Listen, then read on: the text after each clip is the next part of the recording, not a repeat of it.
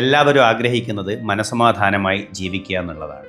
അതിന് 4 ഘടകങ്ങളാണ് നമ്മൾ ശ്രദ്ധിക്കേണ്ടത്. ഫിനാൻഷ്യൽ സ്റ്റെബിലിറ്റിയാണ് ഏറ്റവും പ്രധാനപ്പെട്ട കാര്യം.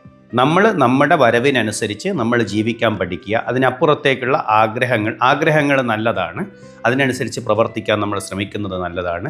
പക്ഷേ ജീവിത നിലവാരം എത്രയാണോ നമ്മുടെ വരുമാനമുള്ളത് അതിനനുസരിച്ച് നിർത്തിക്കഴിഞ്ഞാൽ ഒരിക്കലും ഒരുപക്ഷെ നമ്മളൊരു അപാരമായൊരു കടം കയറി ബാക്കിയുള്ളവരെ ബോധ്യപ്പെടുത്തി ജീവിച്ചു പോകുന്നൊരവസ്ഥ ഉണ്ടാവില്ല.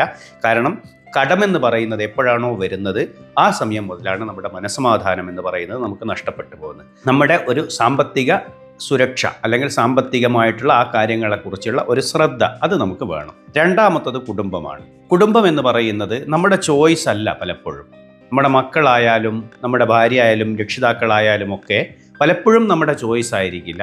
ചോയ്സ് ആയി കഴിഞ്ഞാലും അത് നമ്മളിലേക്ക് ഒരുപക്ഷെ നമുക്കതിനകത്തേക്ക് മാറ്റങ്ങളൊക്കെ ഒരു പരിധിവരെ മാത്രമേ സാധ്യമാവുകയുള്ളൂ. അതുകൊണ്ട് ബാക്കിയുള്ളവരെല്ലാം മാറ്റുന്നതിനേക്കാൾ നല്ലത് എന്താണോ അന്തരീക്ഷം എന്നുള്ളത് ആ അന്തരീക്ഷം മനസ്സിലാക്കി അവിടെ നിന്ന് ഒരു പ്രശ്നവുമില്ലാതെ രമ്യമായ രീതിയിൽ എല്ലാവരെയും ഉൾക്കൊണ്ടുകൊണ്ട് മുന്നോട്ട് പോകാൻ ശ്രമിച്ചു കഴിഞ്ഞാൽ മനസ്സമാധാനത്തോടെയുള്ളൊരു ജീവിതം നമുക്ക് മുന്നോട്ട് കൊണ്ടുപോകാൻ പറ്റും. കാരണം ഒരു കുടുംബം ഉണ്ടാകുന്നത് ഒരു ഭാര്യയും ഭർത്താവും ചേർന്നാണ്. രണ്ടുപേരും 2 തരത്തിൽപ്പെട്ട കുടുംബ പശ്ചാത്തലത്തിൽ നിന്നാണ് വന്നു ചേരുന്നത്. രണ്ടുപേരുടെയും കാഴ്ചപ്പാടുകൾ, ഇഷ്ടങ്ങൾ, വ്യത്യസ്തതകൾ ഒക്കെ വ്യത്യസ്തമായിരിക്കും. ആ 2 വ്യത്യസ്തതകളെ തിരിച്ചറിയുക എന്നുള്ളതാണ് കുടുംബ ബന്ധത്തിൻ്റെ ശാശ്വതമായ സമാധാനത്തിലുള്ള ഏറ്റവും പ്രധാനപ്പെട്ട പ്രതിവിധി എന്ന് പറയുന്നത്. അല്ലാതെ ഒരിക്കലും അവരെ നമ്മളാക്കി മാറ്റാനോ നമ്മളെ അവരിലേക്ക് ചെന്ന് ചാടാനോ ശ്രമിച്ചാൽ അവിടെ ഒരു അസ്വസ്ഥതകൾ പുകഞ്ഞു കൊണ്ടേയിരിക്കുക എന്നല്ലാതെ മറ്റൊരു ഗുണവും ഉണ്ടാവില്ല. സ്വസ്ഥമായിട്ടുള്ള കുടുംബമാണ് മക്കളുടെ ജീവിതത്തിനും അതേപോലെ തന്നെ നിങ്ങളുടെ മാനസിക ആരോഗ്യത്തിനും ഏറ്റവും നല്ലത്. മൂന്നാമത്താണ് ജോലി ചെയ്യുന്ന സ്ഥലം. ഏറ്റവും പ്രധാനപ്പെട്ട കാര്യം, ജോലി ചെയ്യുന്ന സ്ഥലം ഒരിക്കലും നിങ്ങളുടെ കുടുംബമാണെന്നോ അല്ലെങ്കിൽ നിങ്ങളുടെ സൗഹൃദ വലയമാണെന്നോ തെറ്റിദ്ധരിക്കാതിരിക്കുക. ജോലി ചെയ്യുന്നത് എന്ന് പറഞ്ഞാൽ നമ്മൾ ഒരു വരുമാനത്തിന് വേണ്ടിയാണ് നമ്മളിവിടെ ജോലി ചെയ്യുന്നത്. അത്രയും ആത്മാർത്ഥമായി ജോലി ചെയ്യുക. ആ ജോലി ചെയ്യുന്നതിൽ അത്രയും പ്രൊഫഷണലായിരിക്കുക. ഓഫീസ് പൊളിറ്റിക്സുകളിൽ ഇടപെടാതിരിക്കുക. അതേപോലെ തന്നെ സ്വന്തമായി മറ്റാരെങ്കിലും ഓഫീസ് പൊളിറ്റിക്സുകളിൽ കളിക്കുമ്പോൾ അത് മനസ്സിലാക്കാനുള്ള ബുദ്ധി ഉണ്ടായിരിക്കുക. എപ്പോഴും അതിനകത്തൊരു പ്രൊഫഷണലിസം, ജോബ് നോളേജ് നന്നായിട്ടുണ്ടാവാൻ ശ്രമിക്കുക.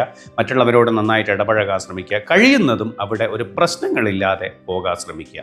പക്ഷേ ഇതൊക്കെ ഉണ്ടായാലും നിങ്ങൾക്ക് അവിടെയുള്ള ഒരു ലീഡർ എന്ന് പറയുന്നത് ഏറ്റവും പ്രധാനപ്പെട്ടത് ജോബ് പ്ലേസിൽ നിങ്ങളാണ് ലീഡറെങ്കിൽ ആ ലീഡർഷിപ്പ് ക്വാളിറ്റി നിങ്ങൾ കാത്തു സൂക്ഷിക്കുക. ഒരിക്കലും നിങ്ങൾ ബാക്കിയുള്ളവരുടെ പൊളിറ്റിക്സ് കളിക്കരുത്. കഴിവിനനുസരിച്ച് മാത്രം അംഗീകാരം കൊടുക്കുക. ആരോടും വിവേചനം കാണിക്കരുത്. ചില ലീഡർമാരുണ്ട്, അവർ ചെയ്യുന്നൊരു കാര്യം എന്താണെന്ന് പറഞ്ഞു കഴിഞ്ഞാൽ അവരുടെ കഴിവുകേടുകളെ ബാക്കിയുള്ളവരുടെ മേലേക്ക് വെച്ച് കെട്ടാൻ നോക്കുന്ന കുറേ ലീഡർമാരുണ്ട്.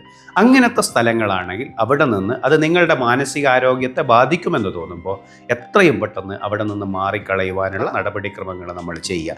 ഇല്ലെങ്കിൽ അത് നിങ്ങളുടെ മാനസികാരോഗ്യത്തെ തന്നെയാണ് അത് ഏറ്റവും കൂടുതൽ ബാധിക്കുക. സ്വന്തം കഴിവുകേടുകളെ ബാക്കിയുള്ളവരുടെ കുറ്റമായിട്ട് അവതരിപ്പിക്കുന്ന ഒരുപാട് ആളുകളുണ്ട്. ആ ആളുകൾക്കിടയിലേക്ക് ജോലി ചെയ്യുന്നതിലേക്കും നല്ലത് നമ്മളാൽ കഴിയുന്ന രീതിയിൽ അവിടെ നിന്നും മാറി നിൽക്കുന്നത് തന്നെയാണ്. ജോലി സ്ഥലത്തുള്ള സ്വസ്ഥത എന്ന് പറയുന്നത് ഏറ്റവും പ്രധാനപ്പെട്ടൊരു കാര്യമാണ്. മൂന്നാമത്തതാണ് സുഹൃത്തുക്കൾ എന്ന് പറയുന്നത്. സുഹൃത്തുക്കളെ നമ്മൾ തിരഞ്ഞെടുക്കുമ്പോൾ നിങ്ങൾ എങ്ങനെയാണോ ഉള്ളത് അതേപോലെ തന്നെയാണ് നിങ്ങളുടെ സുഹൃത്തുക്കൾ ഉണ്ടാവുക.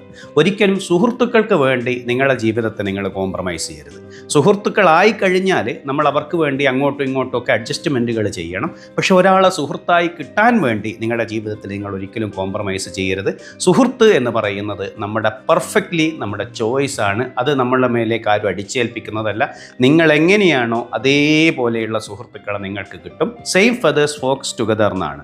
നമ്മളായിട്ട് എപ്പോഴും ഇരിക്കുക. അതേപോലെ നമ്മളെപ്പോലെ അതേ ചിന്താഗതിയുള്ള ആളുകൾ നമ്മുടെ സുഹൃത്തായി നമ്മുടെ ജീവിതത്തിലേക്ക് കടന്നു വരും. ഒരിക്കലും ഒരു സുഹൃത്തിനെ കിട്ടാൻ വേണ്ടി നമ്മളൊരു കോംപ്രമൈസ് ചെയ്യരുത്. നമ്മുടെ നല്ല ആത്മാർത്ഥമായി നമ്മുടെ ആഗ്രഹങ്ങൾ, നമ്മുടെ ചിന്തകളെ മനസ്സിലാക്കുന്ന നമ്മുടെ കൂടെ നിൽക്കുന്ന സുഹൃത്തിന് വേണ്ടി കോംപ്രമൈസുകൾ, അത് അഡ്ജസ്റ്റ്മെൻറ്റുകൾ, നമ്മുടെ സഹായങ്ങൾ ചെയ്യുന്നതിൽ വലിയ തെറ്റൊന്നുമില്ല.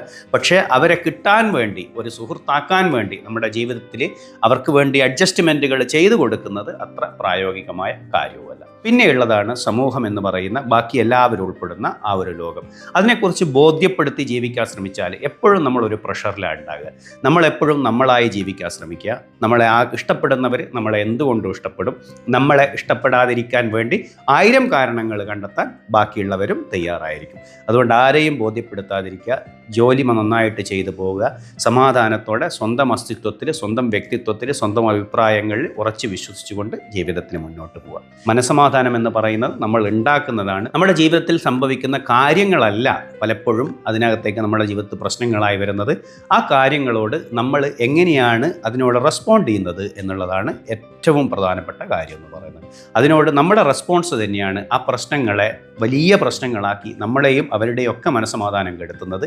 ചിലപ്പോൾ അത് ചെറിയ പ്രശ്നങ്ങളായി കടന്നു പോകാനും നമ്മുടെ ഇടപെടലുകൾ സാധ്യമാവും. അപ്പോൾ എല്ലാ കാര്യങ്ങളും ശ്രദ്ധിച്ചു കഴിഞ്ഞാൽ മാത്രമേ നമുക്കൊരു നല്ല ഒരു കോംപ്രമൈസായിട്ട് ഫുള്ളായിട്ടുള്ള ഒരു ഹോളിസ്റ്റിക് അപ്രോച്ചിൽ മാത്രമേ നമുക്ക് ജീവിതത്തെ കാണാൻ പറ്റൂ. ഒന്ന് മാത്രം നന്നായതുകൊണ്ട് അവിടെ അതൊരു സക്സസ് ആവണം എന്നില്ല. Thank you.